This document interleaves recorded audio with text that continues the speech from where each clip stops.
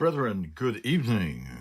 Happy Sabbath and Shabbat Shalom for this first day of the 9th month on God's holy sacred calendar. It is the 25th day of November 2022 on the pagan Roman calendar.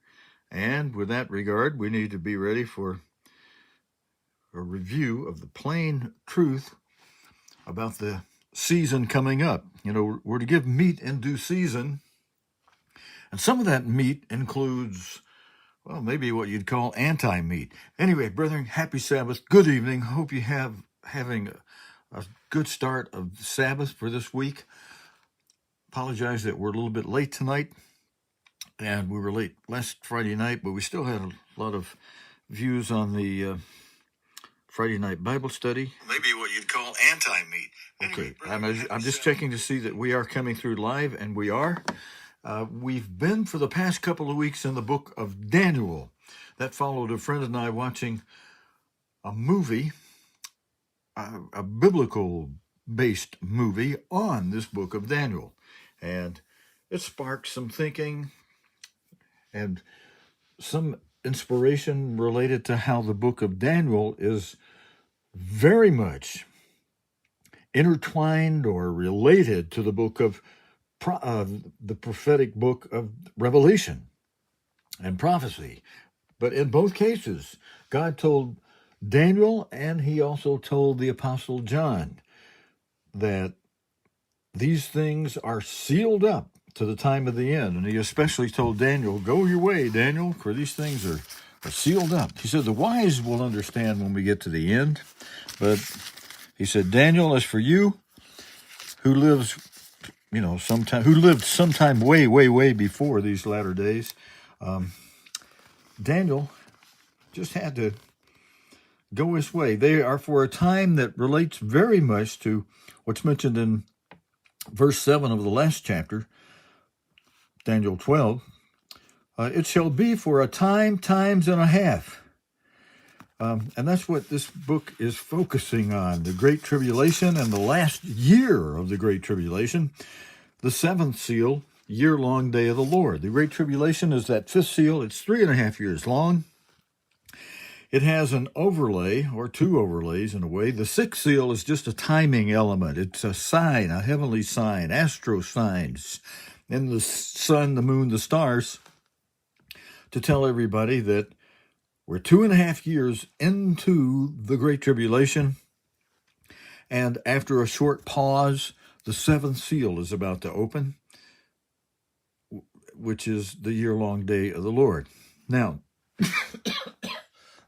excuse me, brethren, we've been covering that in some detail, so if you missed the first two episodes, actually 1, 2, 3, we had 2 Bible studies on it and a Sabbath service we spent going through it, and we divert from the book of Daniel and go over to Revelation and interrelate things here. See verse 10 of Revelation 12. It says, now let's take a look at verse 9 first, where I was just referencing that Daniel was told that the words are closed up and sealed.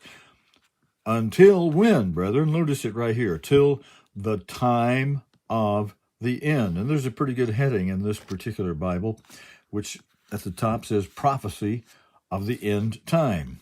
And here it is. It's for that end time till the time of the end. And verse 10 points out something that I hope many of you are. Many shall be purified and made white and tried, but the wicked shall do wickedly. I'm hoping that's you. And none of the wicked shall understand. But here's who I hope you are. But the wise shall understand. And here's a key element.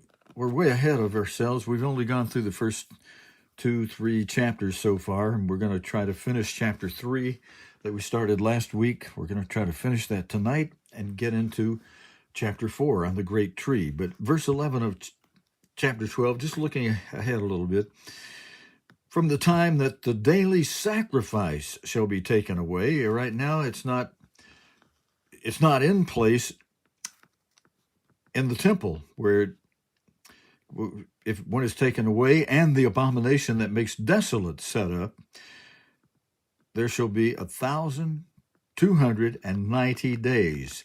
Now, there's 3 time periods that we need to take a real interest in. The first time period, the longest time out period before Christ returns, is a reference to the next verse. Blessed is he that waits and comes to the 1,305 and 30 days, the 1335. There was a particular Sabbath during which God's end-time apostle Herbert Armstrong encouraged those in the audience and those who might hear a recording of it or hear from others about it, as you're hearing me mention it tonight. He said, brethren, I want you to study what is the meaning of the 1335, the 1335. And a few weeks later, after instructing us to go study that ourselves, many of us finding, well, Mr. Armstrong, we see it there, but we're not quite sure just exactly the detail of this or what all the circumstances and factors may be about that 1335. And he just, by inspiration of God, opened up and explained it to us, because at the end, the wise shall understand. Then how do we understand, brethren? Where did we receive and hear these things? As God mentions in Revelation 3:3, we're to remember how we received and heard. And so I'm going to ask you the question. I want you to think about it tonight. We'll answer it later during this Bible study. How and where did you receive and learn these things we know? Well, one of them, I'm already telling you, Mr. Armstrong, God's end-time apostle, Herbert W. Armstrong. Here's the verse in Revelation 3 that says, remember how you received and heard, and hold fast and repent where you need to repent. But hold fast, where you've gotten away, you need to get back on track. Repent to get back on track. How did you receive and hear, brother? How did we learn what the 1335 that's mentioned here in verse 12 of chapter 12 of Daniel? We heard the explanation by inspiration from God's end-time apostle that is when God's word about the truth of prophecy would be cut off from mankind. Now, it would be turned back on at the 1260 with the preaching of a certain two, which two are 2 olive branches, and they're not here yet, in spite of the fact that dozens of pairs of people, including even one man and his wife, have claimed to be the 2 end-time witnesses already here, but they're not. They are not here yet. The 3.5 years of the Great Tribulation, and that's not here yet.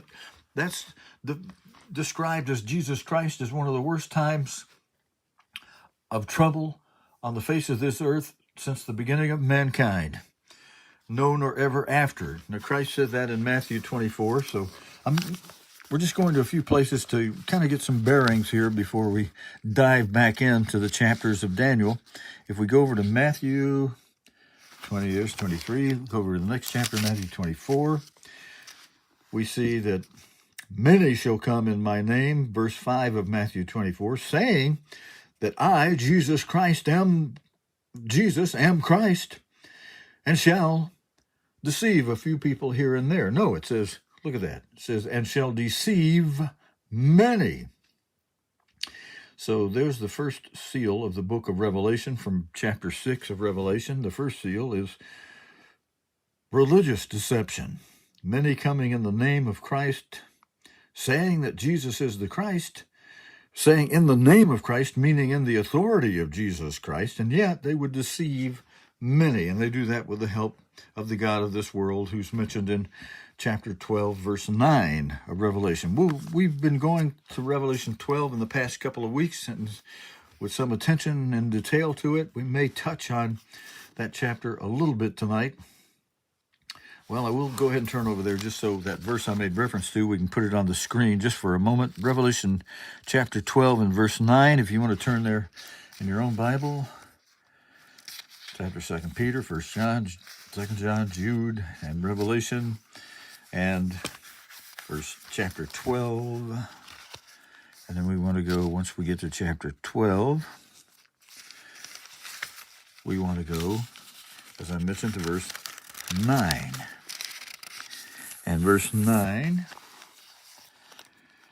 speaks of the great dragon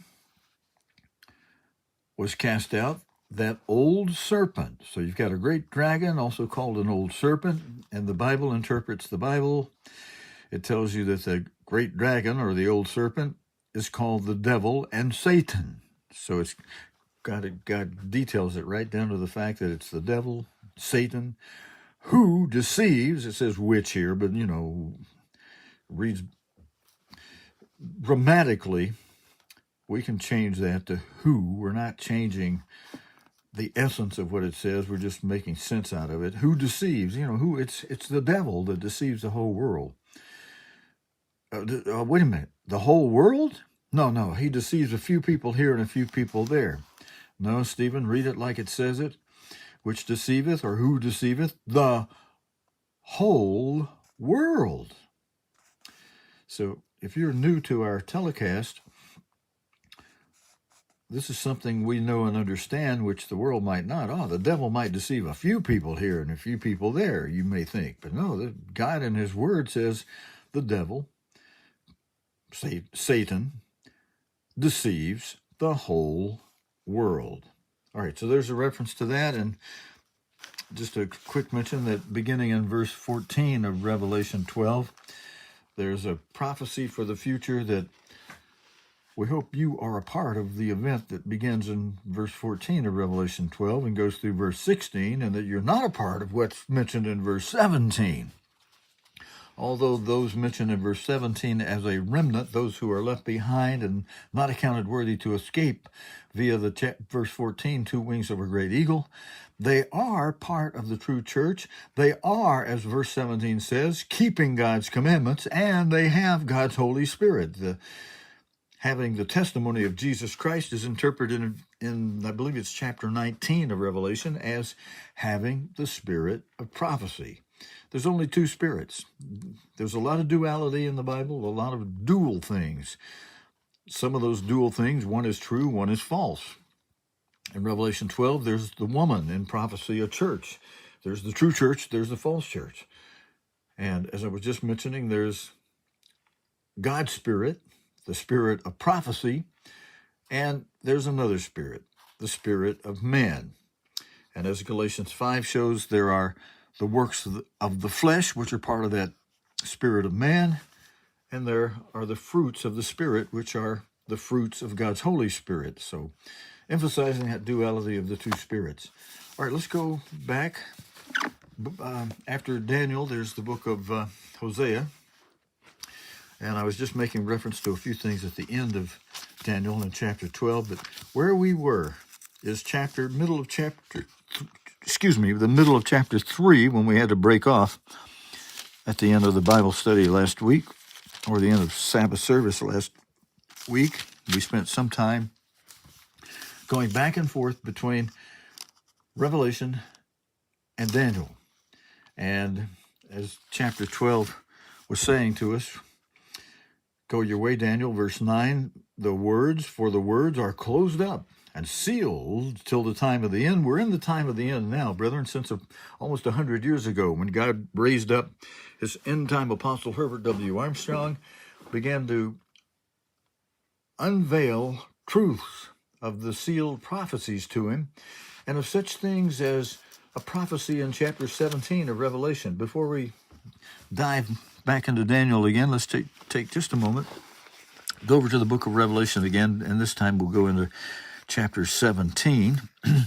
We're just going to make a quick review of verses 8 and 10 in chapter 17. We're also going to take a look at the end of Revelation in chapter 22 and verses 18 and 19, which some groups are reading to people and saying that you cannot consider the truth that God gave us to us through his end-time apostle Herbert Armstrong. You cannot consider that as revelations from God or truth. And they read these things to you. They say, verse 17, for I testify unto every man that heareth the words of the prophecy of this book, if any man shall add unto these things, God shall add unto him the plagues that are written in this book. All right, that's if you add to the prophecy of this book. Verse 19 goes the other way. And if any man shall take away from the words of the book of this prophecy, God shall take away his part out of the book of life. God will take away his part out of the book of life and out of the holy city and from the things which are written in this book. So after reading those things to you and scaring you half to death, if you add to this book or take away from this book, and the emphasis is that the facts of history that are now interwoven into this book, you can't consider those things because you're adding to the book. So they're sticking their heads in the sand. It's not adding to the book to consider what is historically happening that this book reveals. For example, let's go to verse 7, chapter 17 and verse 10, which tells us that there are 7 kings. Here's the verse 10 right here. There are 7 kings, the first part of this verse says. Now, this was written by the Apostle John in 90 A.D. He wrote from the Isle of Patmos after being taken in a vision up to heaven. And there in heaven, as John envisioned, not really in heaven, but in his dream, and more than a dream, in a vision, God vividly put into the mind of John to give him this truth that God told him to write. John sees himself in heaven with the Father turning to Jesus Christ and opening the seals of the book of Revelation and explaining the things from Daniel that relate to those seals of Revelation chapter 6, Revelation 6. Christ then turns to the Apostle John and says, write these things down in a book, but seal them up, John, because these things are for the time at the end. And, I see a message from my sister who was in town yesterday for Thanksgiving Day with the family.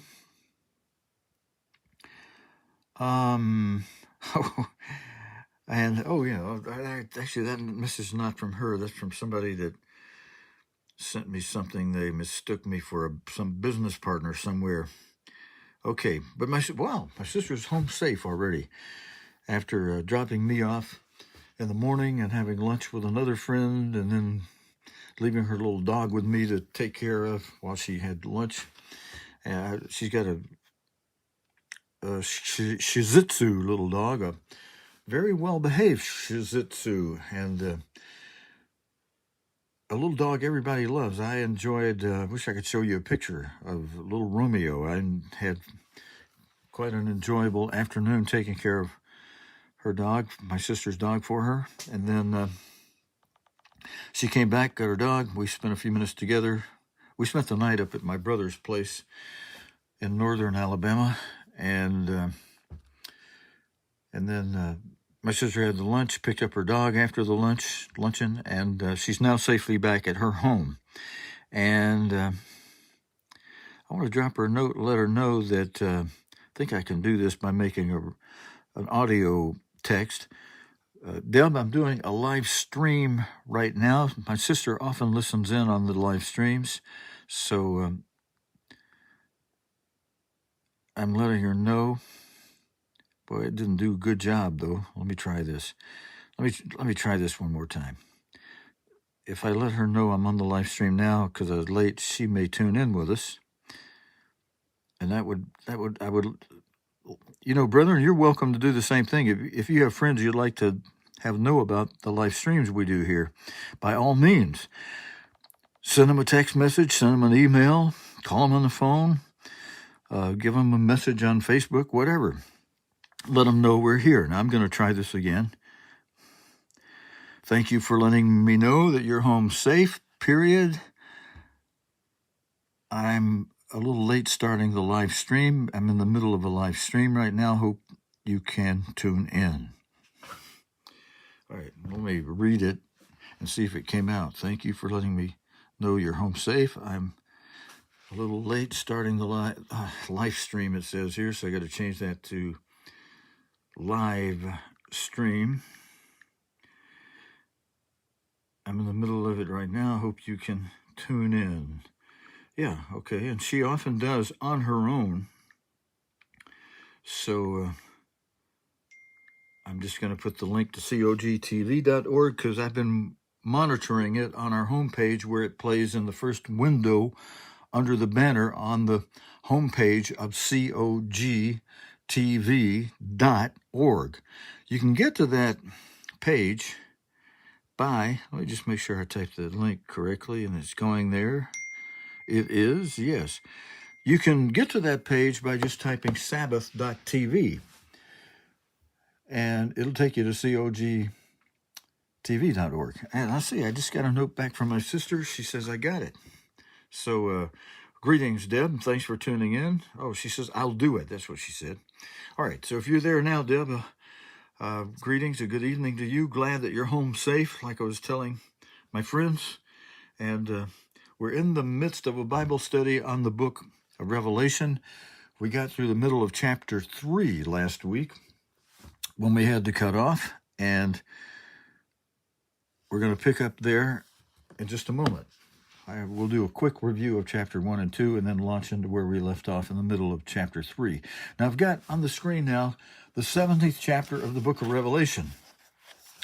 And I wanted to point out, I was in the midst of pointing out that God revealed these things that he told Daniel to seal up. Go your way, Daniel, as we were reviewing in the 12th chapter of Daniel a moment ago. God telling Daniel, go your way, Daniel. These things are sealed up to the time of the end. He told the Apostle John, who wrote the book of Revelation, something similar to that these things are sealed until the end. And I'll find that for us another time. I want to jump into the focus here, where John was writing ahead for the future. Again, remember, as I mentioned, he had this vision. He wrote these things down in 90 A.D., That's just a little less than 60 years after Christ ascended, died, was crucified, and ascended into heaven. And John was writing ahead, but he writing in 90 AD, he's writing these things that are going to happen in the future as if they were present tense. He says there are 7 kings. None of these 7 kings had even been born yet when he wrote this in 90 AD. And yet here he's saying there are 7 kings. And then he says, second part of this says 5 of those 7 kings are fallen. Again, those 5 that are fallen, present tense, or I guess that'd even be past tense, hadn't even been born yet. And then the third part of this says, and one is. Now that's very present tense, but it's kind of a future perfect tense for something that's going to happen in the future that has not happened yet. Or maybe that's a future imperfect tense. Somebody with good grammar, maybe you could analyze verse 10 and tell us how many different tenses and elements there are of grammar in this chapter 10 that are different from one another. They're very different. This part of the verse, one is, was only present tense, was only one is between the years 1935 and 1945. Those are very important years because during those years, the one is represents the 6th king. And you can tell that as you read the next part. The 4th element of this verse says, and the other is not yet come. There's 7 kings, 5 are fallen. The 6th one is called one is. The 7th one, it says, is not yet come. And when that 7th one, the last one, comes, he must continue a short space. But the prophecy, we're focusing on the 3rd element, and one is. That was only present tense, written some 1900 years before the man was even born, who became the one is, and that was Mussolini. And God revealed the fact that was Mussolini through his end-time apostle, Herbert Armstrong, after Mussolini announced to the world that he, after having gotten a concordant to do this, a writing to do this from the Vatican, he invaded Ethiopia, conquered it, and then proclaimed himself to be the new Il Duce, the new Julius Caesar, and stated expressly that he had revived the Holy Roman Empire. Or in other words, he had fulfilled the duality part of verse 8. Let's go over that for a moment. Just back up 2 verses, and here in verse 8 where it says, the beast. This is the king of the north for the last beast, and it's the emperor of the Holy Roman Empire, of which verse 10 tells us there are 7 dynasties of that emperorship, 7 kings. And it says in verse 8, the beast that, you have to read the rest of the verse to fully understand this.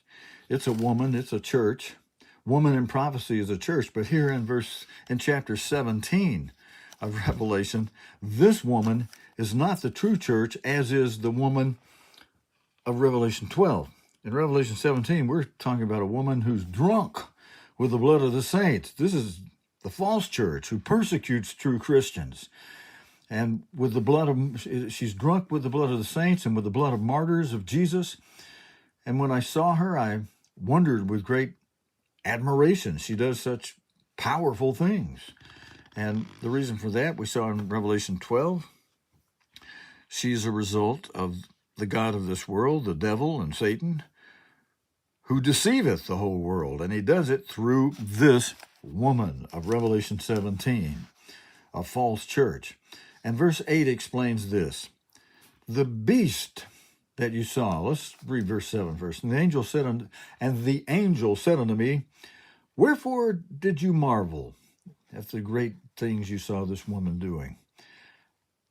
I will tell you the mystery of the woman and of the beast that carries her. Now, you know, a horse is a very powerful animal. And the rider of that horse has reins that are part of a bit that's placed in the horse's mouth, by which the rider can control that beast, or that horse. The horse is much more powerful or stronger than its rider, and yet the rider has power over that strong animal. He can control where it goes, when it goes, and stop it, or kick it in the side and make it go fast, turn left, turn right, jump hurdles and fences and what have you. And so here in verse 7, we're seeing that the mystery of the woman and of the beast being a great governmental ruling empire, and its leader, the emperor, the ruler of that empire, an emperor. So this verse tells us of the mystery of the woman, the false church, and of the beast that carries her, and that carries the woman who controls that beast, which has the 7 heads and the 10 horns. We're not going to go into detail on that tonight. We have before. But let's go forward now in verse 8 with that little bit of understanding from verse 7. The beast, this great empire and its emperor that you saw, was and is not. Now, what does that mean? It was and it is not. Well, you consider history. And now I want you to also consider the fact that we are not adding to the book of Revelation as we explain things from history that relate to this book. None of these words are being changed. The beast that was, we are adding understanding. Understanding is something God's end-time apostle prayed for, desired, I should say, from the time he was a little boy, always asking questions of his dad and granddad. Why? Why, Dad? Why, Granddad? Why is grass green? There's a joke that goes like this. My dad, I shared it with my dad, actually. My dad loved to tell jokes. He told a lot of them, and some quite very good jokes. Some of them good religious jokes. There's 2 of his best ones that I loved a lot were about Adam and Eve. Maybe I'll tell you those before the night's over if we have time. But my dad loved jokes, and there's one I shared with him where a little boy asked his dad, Dad, why is grass green? And his dad thinks about it for a minute or 2 and says, well, son, I really don't know. I don't know. And they're working together, and they go on and they work a little bit. And then the son asks him, well, Dad, why is the sky blue? And again, his dad tells the little boy, well, Son, I don't know. I really don't know. And they go on, and maybe the boy asks Dad a few more questions as they go, and Dad doesn't know the answers. And finally, the little boy says to his dad, well, Dad, um, I'm sorry to be asking you so many questions today. And the dad says, well, that's all right, son. How are you ever going to learn anything? So if you don't ask questions. But his dad would never able to answer the question. So, all right, my dad could tell that in a really humorous and funny way. But maybe you caught on to it. But let's go on here. The beast that you saw was active between 554 AD and 1814 AD. We're referencing periods of time that represented 1,260 continuous years, which is the fulfillment of a prophecy that relates to 1,260 days. Each day is a year, so it comes out 1,260 years. And that's the exact number you get when you subtract 554 from 1814. Well, now, what were those two dates, Stephen? Well, I wish I could had a blackboard. We're getting some. We've had a problem with some of our equipment. We're working. We're in the process of getting that worked out. Even it's sometimes a trial opens up a new door for you, and we're in the process of negotiating development of some apps. Then instead of having to use a big, heavy desktop that's hard to lug around if you're traveling, we may be able to get some of the things we were doing on the desktop onto a smartphone app or an iPad that I can carry around with me easily as I'm getting into doing a little more travel. But the beast that you saw that was active from 554 represented the time period when Justinian, the first of the 5 of the 7 kings who were fallen, was Justinian. And we begin with 554 AD because that's the year in which Justinian restored the imperial form of government to the Roman Empire. Now you can see that in a booklet written by God's end-time apostle Herbert Armstrong entitled Revelation Unveiled at Last. It shows in one of the charts. And by the way, Mr. Armstrong encouraged us while studying at Ambassador College. He said, when you get on some of these more complicated things like in the book of Revelation that have many elements to it, he said, put those things down on a spreadsheet for yourself with rows and columns and work them out so they are in their proper places in respect of one another. And so he did that with the first 5 of the, well, he did it with more than the first 5, but he also did it with the first 5 of the 7 kings that are fallen. And Justinian he shows as having the starting date of 554 AD with a reference that Justinian during that year, restored the imperial form of government to the Roman Empire, and in his case, to the Holy Roman Empire. Now, what is, let's get everything on this. What is an imperial form of government?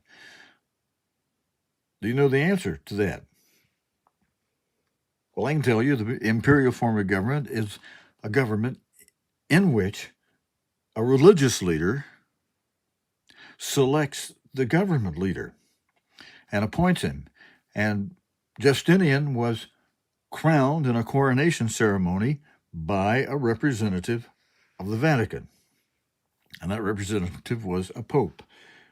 And most of these coronations occur in Frankfurt, in a city in Germany called Frankfurt, up on the 2nd floor of the Romer building in a room called the Emperor's Hall.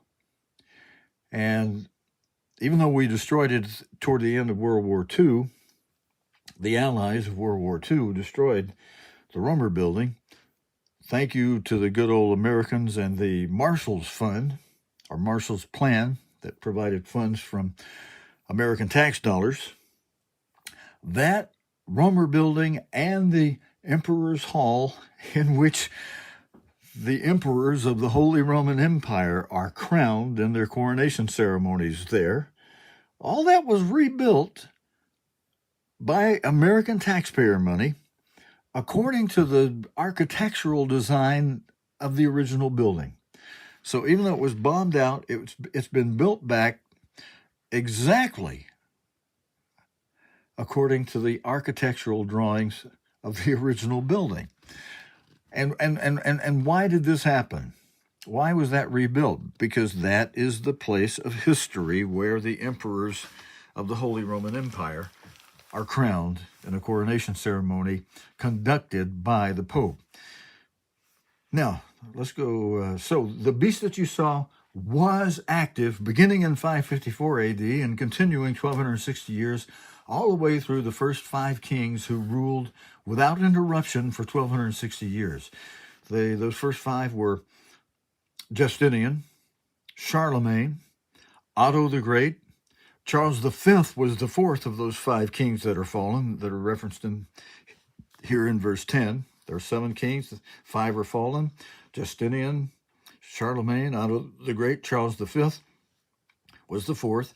And the 5th of those 5 kings that are fallen is Napoleon. And he lost the Holy Roman Empire. He caused the destruction or the ending of the continuous reign of the Holy Roman Empire from 554 AD. He lost it in 1814, the spring of 1814, when he lost the battle that began in 1813, called the Battle of 1813. It began in the fall of 1813, went through the spring of 1814, and Napoleon lost it. And that ended that period that was active between 554 and 1814 AD. Again, do the arithmetic, brethren. Put down 1814 at the top, the date that Napoleon lost the Battle of 1813, 1814, and then subtract 554 from it, the year that began the Holy Roman Empire with the restoration of an imperial form of government by Justinian. And do that arithmetic. 1814 minus 554. What do you get? Well, I don't know if you can do it in your head. If you don't have a pencil or a pen handy, it may be a little bit difficult. Some of you can do it. 1814, 554. Just take the 4 from the 4, you get a 0. Take the 1 in 514, the second number. Take the 1 from the 1 in 1814. You got a 0. So now we've got, what do we have there? 554, 1814. 4 from 4 is 0, and 1814. 554. The second number in 554 is going to be a 5. So you're taking 5 from a 1. You got to bring over 1 from the 1814. It's going to only leave 17 because you're going to borrow 1 from the 18 and make that 1 that's part of 1814. You're going to make that 11. So 5 from 11 is 6. So you got 60 now by subtracting the last 2 numbers, and then you got 554. So that 5 in the first 5 of 554 from the 17, because we borrowed 1 from 18. 5 from 17 leaves 12. So you got 1260. All right. So we can work it out in our head if we have to. But if you penciled it out and put 1814 at the top, 554 below it, draw your line, you're going to get 1260. That's, again, a prophetic number.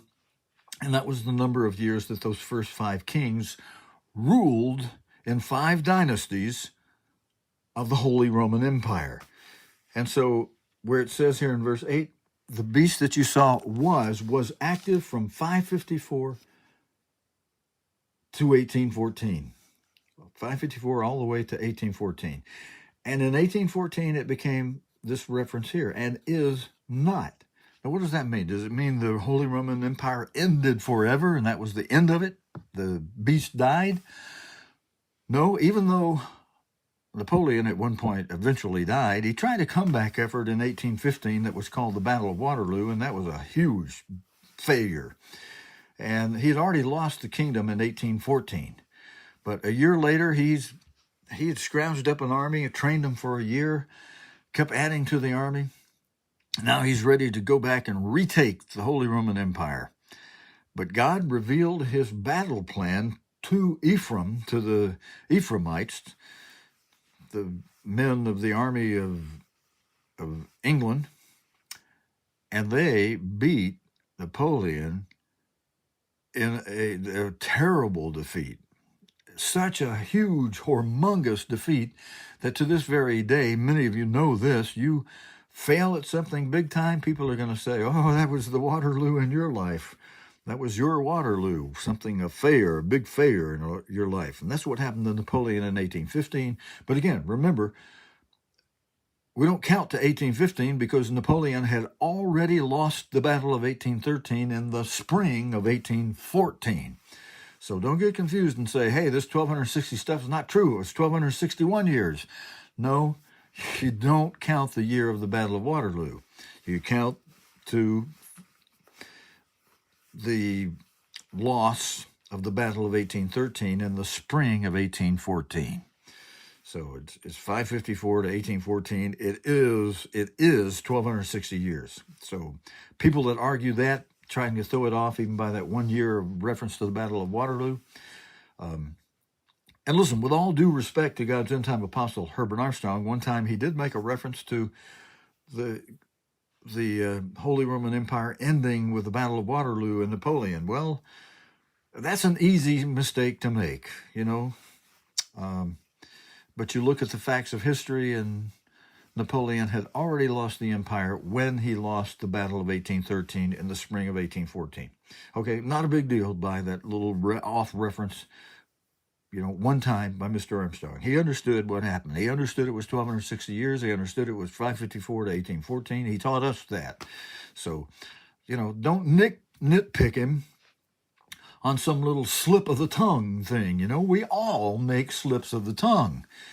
And that tongue, we got to be careful with it. It can get us in big trouble. We got to be careful when we're either joking around or we offer somebody something and, it has a time limit on our offer or whatever. We got to be, make sure you are clear in what you're doing and that the other person understands. And if they don't, well, sometimes you may have to spend a lot of time trying to explain something or re-explain something or work through something where circumstances caused you to have to jump all kind of hoops and what have you. That's happened with me, and yet it's been interesting because some things you think don't work actually wind up working sometimes. So, and hopefully not causing too many people a lot of frustration. But let's keep our focus right here on this. The beast that you saw was active between 554 and 1814 AD. And then in 1814 AD, it became is not because the beast was wounded. Not dead, wounded. Because look at the next part of this verse 8. It says, and that beast shall ascend out of the abyss. I'm reading it like the original Greek reads, as Angela Merkel referenced it, who grew up in East Germany under an evangelical preacher. She knew the original Greek word was abyss, and 2-3 years ago when she was Chancellor of Germany and working with the government of the EU as they were trying to work out arrangements with Britain, as Britain is wanting to exit from the EU. And so it was called Brexit, the first part of it, BR representing Britain, the Britain part of Britain, and exit combined with the BR makes a reference to Brexit, with Britain wanting to exit from the EU.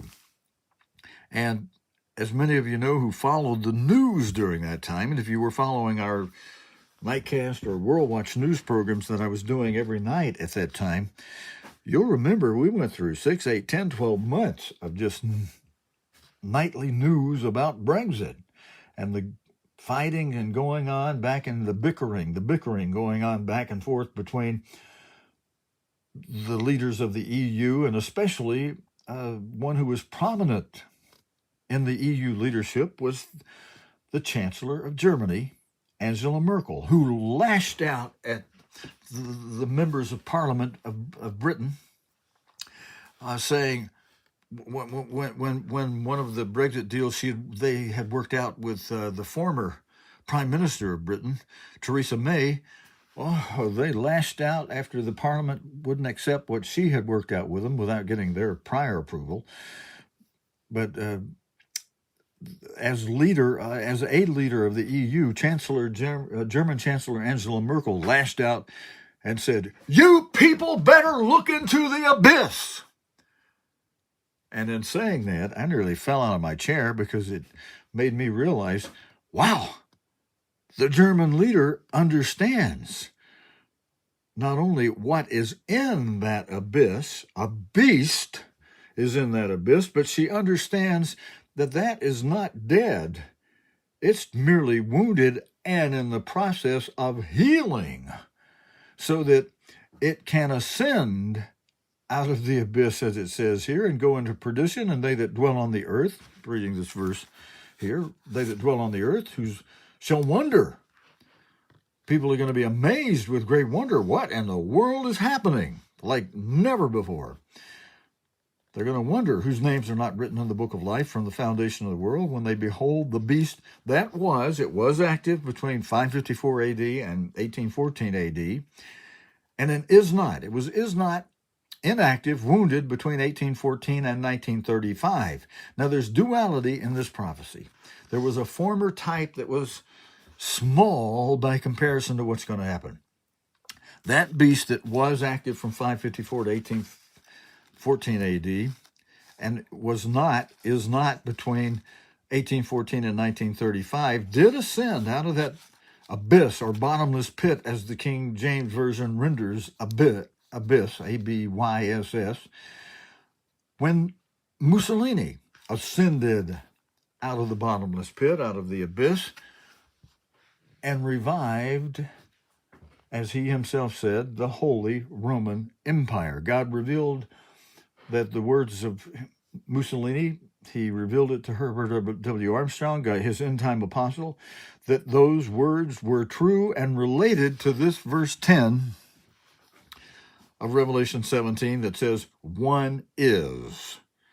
And so this part of this verse, one is, was present tense for a short 9.5 years. Before that time, it wasn't is. It was just a future prophecy that one would be is. And since 1945, following the death on April 28, 1945, of Mussolini, there is no longer one is. That one is has become part of the five that are fallen that increases that number by 1. 5 plus 1 is 6. Now, 6 are fallen. Now, am I changing like the people say, oh, you can't add to or take away from the book of this prophecy, as it says at the end of Revelation in chapter 22 and verses 18 and 19. And some people are really thumping this verse to say, hey, you can't understand from history what's happening in this book. You can't consider that. You're adding to the book or taking away from the book.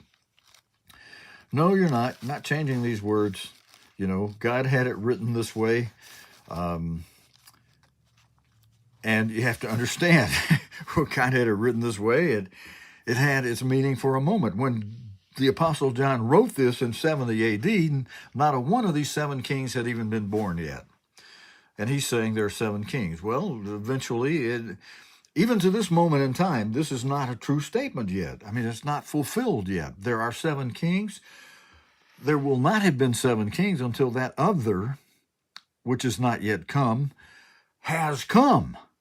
And once he comes, then this statement will be true in time, because this is a prophecy, so it's written for the future. It will become fulfilled prophecy once this other king that's not yet come has come, and then it will be a fulfillment of there are 7 kings.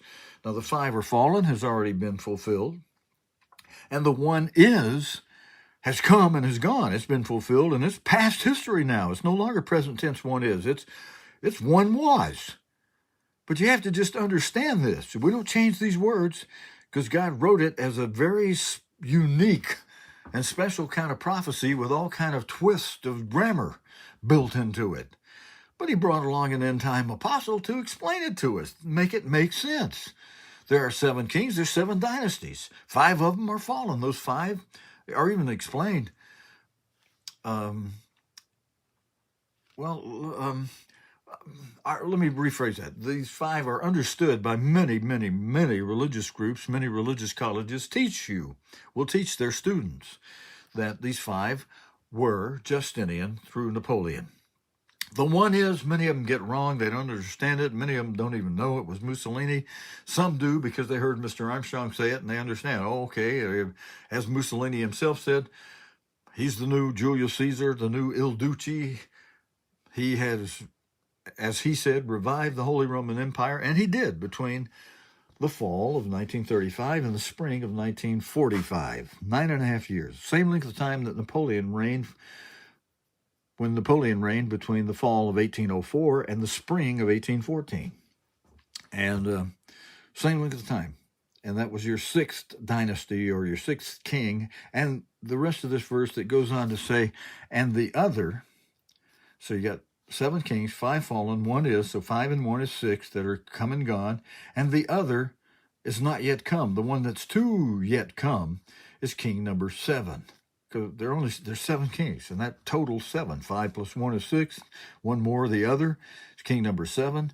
And when he comes, he must continue a short space. He's got that time and half a time that's referenced in Revelation, and that's the same length of time that's referenced by 42 months, by 3.5 years, and the beast that was and is not, even he is the 8th. Well, there's a little horn that is the one that rides that beast, and that's your representative from the Vatican. But, all right, with that reference in mind, we're looking ahead. We don't know who that other who's yet to come, king number 7, we don't know who that is yet. It may be one of the descendants of a former emperor. We've been watching some of those just to see if any of those are popping their heads up as if they're about ready to spring out, be healed, and ascend out of that abyss. And the duality is there's one more. There's 2 kings that ascend out of that bottomless pit. One has come and gone already. That was Mussolini. The other, we don't know who it is yet, but he's going to ascend in a big way and restore the Holy Roman Empire to active status for its final time, and it's big time. All right, let's see if we can make a little bit of headway through, picking up from chapter 3, where we left off in the middle of the chapter for tonight. A quick review of the first 2 chapters of Daniel. If you missed it, we go through that in detail during the last during 2 Bible studies and 1 Sabbath service in the past 2 weeks. But as we start the book of Daniel, we see that Nebuchadnezzar takes captive the people of Israel and carried them into the land of Shinar to the house of his God. And he brought the vessels from the temple into the treasure house of his God that were in the temple at Jerusalem. And they took children from Judah, and of those children in whom there was no blemish, who were well-favored and skillful in all wisdom and cunning in knowledge and understanding science, had the ability to stand in the king's palace and be representatives. There were, among those, there was, as verse 6 says, there was Daniel, Hananiah, Mishael, and Azariah. That was their Jewish names, their Hebrew names. But their names were changed to what many of you know from the Bible stories your parents may have read to you. To Daniel was called Belshazzar, and Hananiah was called Shadrach. And let's see if we can get this in view here. And then up at the middle part of verse 7, Mishael was called Meshach, or Mishael was called Meshach, and Azariah was called Abednego. And so we have that explanation in the first chapter that these fellows were taken into the king's palace. One of the first events that happened was, they were trained in the Jewish customs and understood the Torah. They understood Leviticus 23, where God explained what foods could be eaten, that God himself had made as actual food to be eaten, and what, and including the meat of certain animals that God made to be food. And he explained how to understand by either the the hoofs and the claws and what have you of animals, whether they were of a design by God to be eaten or whether they were the vacuum cleaners of the earth. Now, yes, I know, and I partook of this as I was growing up as a child. Some of those animals that are made to be the vacuum cleaners of the earth, and they pick up the garbage and the trash, and they don't properly dispose of it, so they leave a lot of worms and various things that can be harmful to the body. People wonder why they get sick, and they're eating meat that wasn't designed by God to be eaten, and yet some of that meat can be so tasty, incredibly tasty. My dad used to try to taunt me when, I'd tell him about Leviticus 11. It's Deuteronomy 14 that explains the clean and unclean meats that God designed to be either eaten or not eaten. And my dad, who loved catfish, and fish, you can tell whether it was designed by God to be eaten or not, is because of scales and fins. If it has scales and fins, it's designed to be eaten. Catfish does not have scales. Even though it has fins, it does not have scales. And it dwells at the bottom of lakes and things and eats up all the garbage that goes to the bottom of the lake so that the lake stays clean. Because God had, he uses them like a vacuum bag and a filter. They eat up all that bad stuff and hold it in their bodies. And so people catch them. They get big because they're full of garbage and trash. Lots of it. And oh boy, they pull out a huge catfish. Look at this huge thing I caught here. And there are many people today who find it to be a delectable meal. And I tried to explain it to my dad, but he didn't get it, didn't believe it. He loved catfish, and he would often cook it and try to taunt me with it and say, oh, we're having this delicious catfish tonight, yum, yum, you're missing out. Well, thank you, I'll miss out. And that's exactly what Daniel and his three comrades, Shadrach, Meshach, and Abednego, explained to the master of the eunuchs, who's referenced just before in chapter 1, being Ashpenaz, the master of his eunuchs, that the king had bring in those more intelligent, those favored children of Israel, and those kids of Israel, they knew God's dietary laws, and so they saw that the king's food on the king's table, that all the children, including others beside the Jewish kids, were eating, was food, delicacy foods, fancy foods, which included these things to not be eaten. Yeah, they taste great, but they're harmful to the body in the long run. And on the short term, you might get by okay for a while, but long term, they're bad for the body. And so they spoke up to to Melzar, the prince of the eunuchs that had been set over Daniel, Hananiah, Mishael, and Azariah, over Belshazzar, Shadrach, Meshach, and Abednego. And they said, prove your servants 10 days. Let them give us pulse, or vegetables, in other words, to eat, and water to drink. Not this stuff the king is eating. And his servants and the other kids that were being trained to be special people and magicians and what have you in King Nebuchadnezzar's palace. And so Daniel says to the prince of the eunuchs, the master over them, verse 13, let our countenance be looked upon before you after these 10 days and see how we're doing. He had first told him, no, I can't do that. You'll get pale and skinny and look terrible, and I'll look bad before the king, and not only you'll be in trouble, but I'll be in trouble. They said, no, test this out 10 days.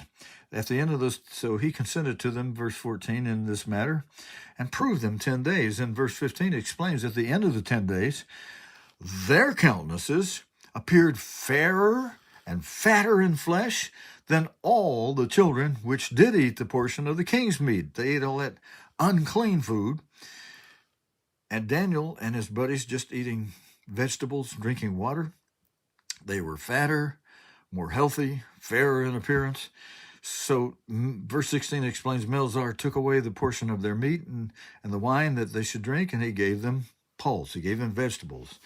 And that became their their diet. And as for these 4 children, God gave them knowledge and skill in all learning and wisdom, and Daniel and his understanding in all visions and dreams. And so, all right, that's the main part of chapter 1.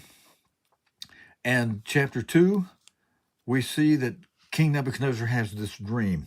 He's very bothered by the dream, and he calls in all the magicians and tell them he wants to know what this dream means. And the magician's first thing they do is say, "A fine, king, we'll tell you what it means. Just now you tell us what the dream was." He says, "Oh, no. If I tell you what I dreamed, you'll just make up something and try to satisfy me." He says, "If you really have the spirit of the gods, you'll not only be able to tell me what the dream means, but you'll be able to tell me the dream." Then the magicians spoke up and they said, "King, there ain't nobody in the world can do that." And the king, oh, he said the wrong thing. That made the king so angry. He says, "If you don't tell me the dream and the meaning by, what was it, sundown?" What did he say? Sundown or sunup? Less than 24 hours. They just gave him 24 hours. For this cause, verse 12, "For this cause the king was angry and very furious, and commanded to destroy all the wise men of Babylon.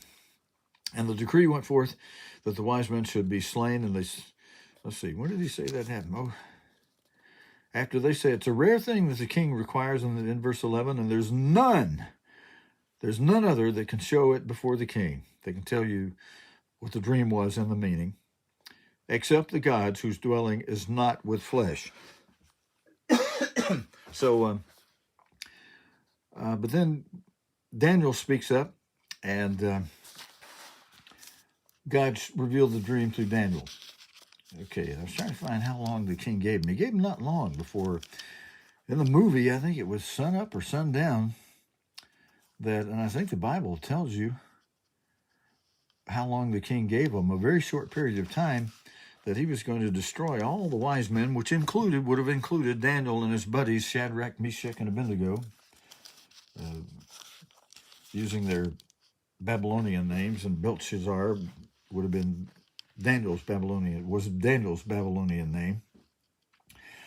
It was, as you can see, verse 15, it was hasty, because Daniel even said to the master over him, he said, "Why is the decree so hasty from the king?" And so then Arioch made the thing known to Daniel that the king had a dream. He wanted the magicians to tell him not only the meaning of the dream, but tell him what the dream was, so he would know that the man interpreting the dream was getting the answer from God. And so God revealed that secret to Daniel in chapter 2, and we went through the full explanation of what the king saw, this great statue, this great image with a head of gold and arms and breast of silver and a belly and thighs of brass and legs of iron and the feet and the toes of iron and miry clay. And Daniel explained the meaning, that there would be 4 great world-ruling empires, and that King Nebuchadnezzar was the first world-ruling empire represented by the head of gold. Then we see, after the king understands that and praises God and praises Daniel and puts Daniel in a very special position, we see at the beginning of chapter 3, which we started last week and had to leave off, the king Nebuchadnezzar really took this explanation of the dream, this interpretation of the dream, to heart. With him being the head of gold, he liked it, being that he was the first world-ruling empire, and was told by God that God had given him this position and made him in this statue the head of gold. So he makes a literal, real image of gold 90 feet tall. Can you imagine a 90-foot tall idol made of solid gold? And he places it in the plain of Dura, in the province of Babylon, out in the desert there. And the plain, a great big empty area where you can see it for miles and miles. And they made a dedication of that image and made a decree that whenever they played certain music at a certain time, or any time you hear the music, people were to bow down and worship that golden image that Nebuchadnezzar the king had set up. And the decree read that who would not fall down and worship that beast shall the same hour be cast into the midst of a burning fiery furnace. And we went through that part last week, how Shadrach, Meshach, and Abednego, they played the music. And there were some who noticed that Shadrach, Meshach, and Abednego didn't do it. So they come before the king and said in verse 12, there are certain Jews who you've set over the affairs of the province of Babylon, Shadrach, Meshach, and Abednego. These men, O king, have not regarded you. They serve not your gods, nor they don't worship the golden image which you've set up. And as you can see from verse 13, Nebuchadnezzar, in his rage and fury, commanded them to bring Shadrach, Meshach, and Abednego before him. And he inquires over them. We went over how he inquired over them, and they admitted, yes, they wouldn't do that. Even as verse 16 shows, they were not careful in their answer. In this matter, they didn't regard the king. They served God, and they weren't going to be put down about it. And they say in verse 17, if it be so that you're going to throw us into the fiery furnace, as the king had said in verse 15, if you're going to throw us in this fiery furnace, God, verse 17, our God whom we serve is able to deliver us from the burning fiery furnace. And I don't know why it went out of focus here. What am I doing? I must be hitting something. Oh, yeah, we lost our positioning. I guess it may be a little better back in focus. God is able to deliver us from the burning fiery furnace, and he will deliver us out of your hand, O king. Shadrach, Meshach, and Abednego were telling the king that even if you burn us up, our God will have delivered us out of your hand. You know, and if that's by being burned up, that's by being burned up. But he's able to deliver us. But they go on in verse 18 and say, but not, if he doesn't deliver us from the burning fiery furnace, be it known unto you, O king, that we will not serve your gods. So let me back up a moment, because some of you may be wondering, as the wording is here, even though they were saying that God might not deliver them from being burned up in the fiery furnace, he would deliver them from the hand of King Nebuchadnezzar. There's a difference. There's a difference there. It's like a resurrection. It's like in some cases, God's not going to heal until a person's resurrection. Like the Apostle Paul, he told him, nope, you know, you've had plenty of mercy, you who killed a lot of Christians.